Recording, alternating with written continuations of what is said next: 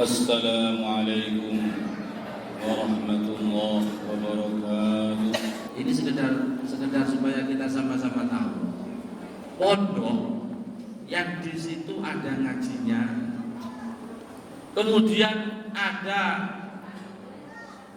latihan zikir, sampai tingkatan suluk, lalu ada dakwahnya sekaligus.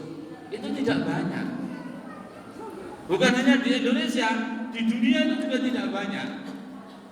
Kadang-kala pondok itu hanya ada ngajinya toh, tetapi nanti urusan zikir itu diserahkan masing-masing. Sedangkan kita bukan hanya tidak diserahkan masing-masing, diwajibkan semuanya berlatih zikir. Minimalnya ba'da maghrib, ba'da subuh diistiqomahkan wiridan ayatul kursi. Ini wiridan ayatul kursi itu wiridan yang mujarrabah, diamalkan seluruh umat Islam sejak zaman sahabat, sejak zaman Rasulullah. Kamu pergi kemana pun, nanti ketemu orang amalkan ayatul kursi itu. Cuma nanti namanya itu macam-macam. Kalau kamu pergi ke Yaman, maka di sana ada rotib haddad. Itu kurang lebih isinya kurang lebih dengan ayatul kursi itu. Kemudian ada manzilnya Maulana Zakaria, kurang lebih isinya begitu itu. Santri-santrinya Syekh Hasan Al-Banna itu juga punya apa namanya, lupa itu saya. Makturat. Itu kurang lebih isinya juga kurang lebih dengan ayatul kursi itu. Jadi itu diamalkan jadi wiridannya seluruh orang yang cinta kepada agamanya dan cinta untuk memperjuangkan agamanya. Imam Ibnu Sirin yang kemudian merangkum ayatul kursi itu menjadi sekumpulan ayat-ayat itu setelah diamalkan oleh para tabi'in, bahkan para sahabat sebelumnya. Jadi pondok ada ngajinya, ada wiridnya, ada dakwahnya, itu tidak banyak di dunia ini. Kadang pondok itu ada ngajinya dong, tapi tidak ada wiridnya. Ada pondok itu ada ngaji dan wiridan, tapi tidak ada dakwah yang terkurikulum. Kita jangan mengatakan tidak ada dakwahnya, tapi tidak ada dakwah yang terkurikulum. Semua pondok itu bisa dikatakan semuanya itu ada dakwahnya, tetapi kadang dakwahnya itu belum terkurikulum. Ini sedikit saya ceritain. Jadi di Temboro sendiri sejak tahun 80-an itu ya maunya itu ya dakwah, maunya itu dakwah. Tetapi pada waktu itu punya pemikiran aneh, semacam kita ini akan bisa dakwah kepada para pedagang kalau kita lebih dulu jadi pedagang. Kita akan bisa dakwah di kalangan para tentara kalau jadi tentara. Kita bisa dakwah di kalangan polisi kalau jadi polisi. Ini sepertinya biasa-biasa saja. Tetapi kalau diterus-teruskan jadi aneh nanti. Kita baru bisa berdakwah di kalangan bajingan kalau jadi bajingan. Dan nanti jadi bajingan tidak jadi dakwah. Loh, dulu mikirnya begitu itu kita itu. Nah, kemudian setelah ketemu jamaah-jamaah dakwah dari India, dari Pakistan, dari Udin, oh ternyata dakwah yang terkurikulum 6 sifat, makomi, intikoli, 4 yang diperbanyak, 4 yang dikurangi. Itu kan semuanya terkurikulum semuanya. Oh, ternyata dengan dakwah yang terkurikulum seperti ini, semuanya jadi mudah. Walaupun tidak jadi polisi, bisa dakwah ke kalangan polisi. Walaupun tidak jadi tentara, bisa dakwah di kalangan tentara. Beberapa waktu yang lalu saya melihat satu rombongan itu dokter-dokter. Yang mimpin amirnya itu malah mantrinya. Nanti mantri itu jadi amirnya para dokter. Coba. Jadi tidak perlu jadi dokter, tapi bisa dakwah kepada kalangan dokter dan seterusnya dan seterusnya. Nah, ini kita ceritakan supaya kita itu bersyukur. Alhamdulillah dengan sistem program 24 jam manhaj sistem pendidikan di pesantren kita itu sekaligus di pondok-pondok kita itu ada pelajaran dakwah yang terkurikulum, ada pelajaran mengenai zikir ibadah, ada pelajaran ngaji dan seterusnya. Oleh karena itu betul-betul menjadi harapan kita bersama apa yang kita pelajari dan yang sedang kita pelajari di pesantren maupun yang sudah kita pelajari di pesantren ini bisa diistiqomahkan sampai mati. Insyaallah. Dalam dakwah istiqomah sampai mati. Lah dakwah istiqomah sampai mati itu zaman sekarang itu mudah sekali. Mudah. Kalau kamu ingin dakwah istiqomah sampai mati, caranya mudah sekali. Bagaimana? Bergabunglah dengan teman-teman dakwah dan bergabunglah dengan program-program dakwahnya. Sudah nanti istiqomah dengan sendirinya. Memang zaman akhir itu apa-apa itu dimudahkan oleh Allah. Kata Kiai Zairon, zaman akhir itu apa-apa dimudahkan. Kamu tahu mengenai tayuban? Itu di Glodok itu kan ada pabrik gula itu, ya kan? Dan sekali kan ada tayuban itu. Itu ada tayuban itu, Mbak Giring, pasar malam itu. Itu pasar malam tayuban itu kalau hari-hari pertama, malam-malam pertama itu pedagang-pedagangnya itu jual mahal. Oh, jual mahal. Barang untuk ditawar-tawar dan dikasih-kasih. Tapi nanti lihat kalau sudah malam terakhir gitu, apapun dilepas itu, yang penting lah. Karena sudah akhir-akhir. Lah agama itu kata beliau itu juga begitu. Dulu di awal-awal kenabian baginda Rasulullah SAW turun wahyu itu jarang-jarang. Turun wahyu sekarang, nanti sekian bulan lagi baru turun wahyu lagi. Turun sekarang, jaraknya itu jarang-jarang.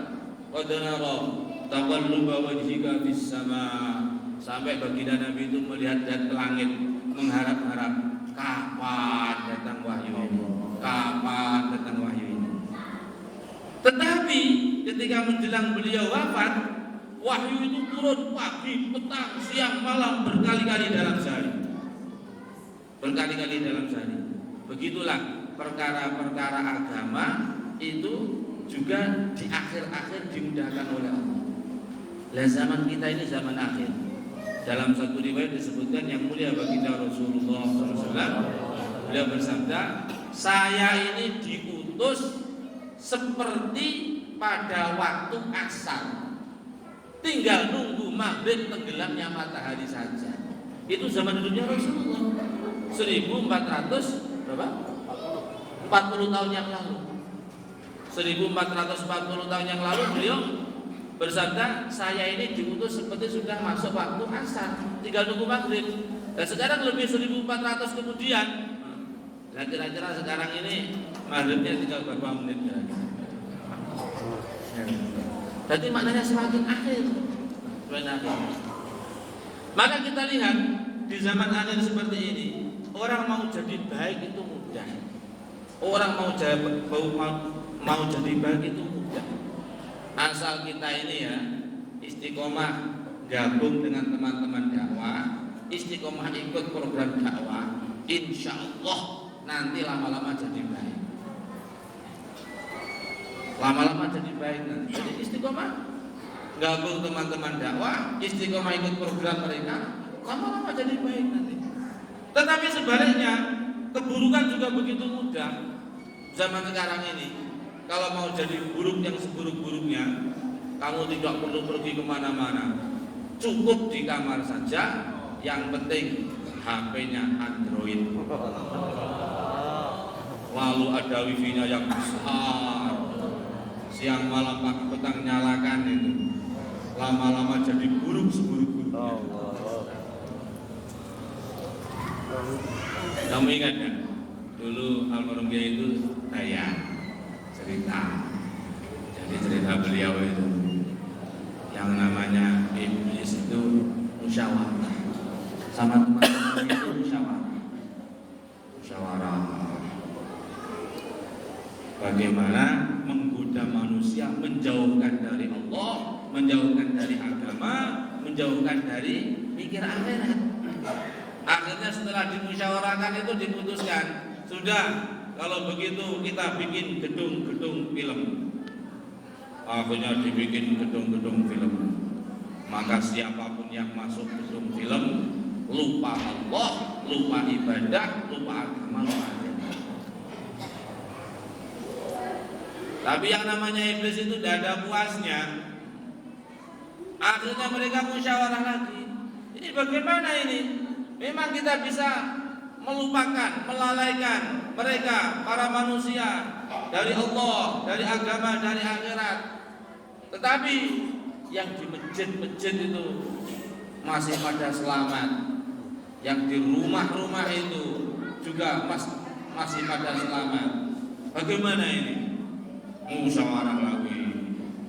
Akhirnya dimusyawarahkan, diputuskan bagaimana di setiap rumah ada gedung-gedung film. Akhirnya betul, gedung filmnya itu masuk di setiap rumah. Bahkan kadang-kala di rumah itu gedung filmnya itu dua. Di ruang depan ada, di ruang belakang ada. Kadang di kamar tidur ada lagi. Kalau perlu di toilet juga ada.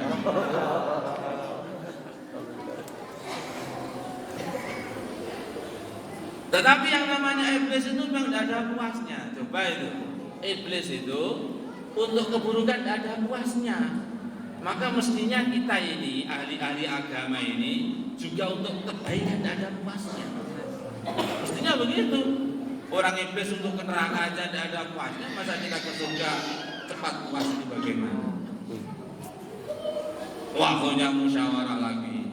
Memang mereka yang di rumah, mereka yang di gedung film itu semuanya lalai dari Allah, lalai agama, lalai akhirat. Tapi bagaimana yang di masjid itu masih selamat itu? Akhirnya dimusyawarahkan, diputuskan supaya gedung-gedung film itu masuk ke setiap sakunya manusia.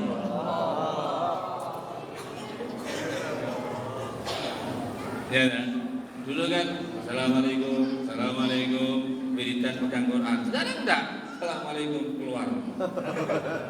Kemarin malam Selasa 2 minggu yang lalu, saya itu pulang musyawarah dari markas Rangkil itu kan. Lalu saya pulang lewat jalan yang kuburan tembus MI itu di rumah yang paling barat, yang baratnya itu sudah sawah sampai kuburan itu. Saya jumpai itu kurang lebih ada 12 atau 15 anak muda, sekitar jam 9 atau jam 10 malam itu duduk berdekatan itu. Satu pun tidak ada yang berbicara satu dengan yang lain, sibuk masing-masing. Al-yawma nakhtimu ala afwahihim wa tukallimuna aydihim. Coba, aneh itu. Ini betul-betul aneh ini zaman ini. Ini betul-betul merusak dari segi agama, merusak dari dunia juga itu ya kan? Mestinya kan 10 orang, 15 orang duduk saling berbicara, mendapatkan manfaat begitu. Enggak ini. Diam sendiri-sendiri, sibuk masing-masing itu. Padahal itu waktu-waktunya orang beramal kan? Nah, ini juga kita syukuri. Alhamdulillah untuk perkara ini di pesantren kita itu tegas bahwa santri bahkan ustadz pun di dalam pondok tidak boleh bawa HP. Terima kasih ya guys sudah mengunjungi channel kami dan menonton sampai akhir video. And don't forget to subscribe ya guys. Semoga video ini bermanfaat. Jangan lupa ya guys, please jangan lupa klik tombol subscribe guys, karena subscribe itu gratis. Dan semoga yang sudah subscribe selalu mendapatkan rezeki yang berlimpah.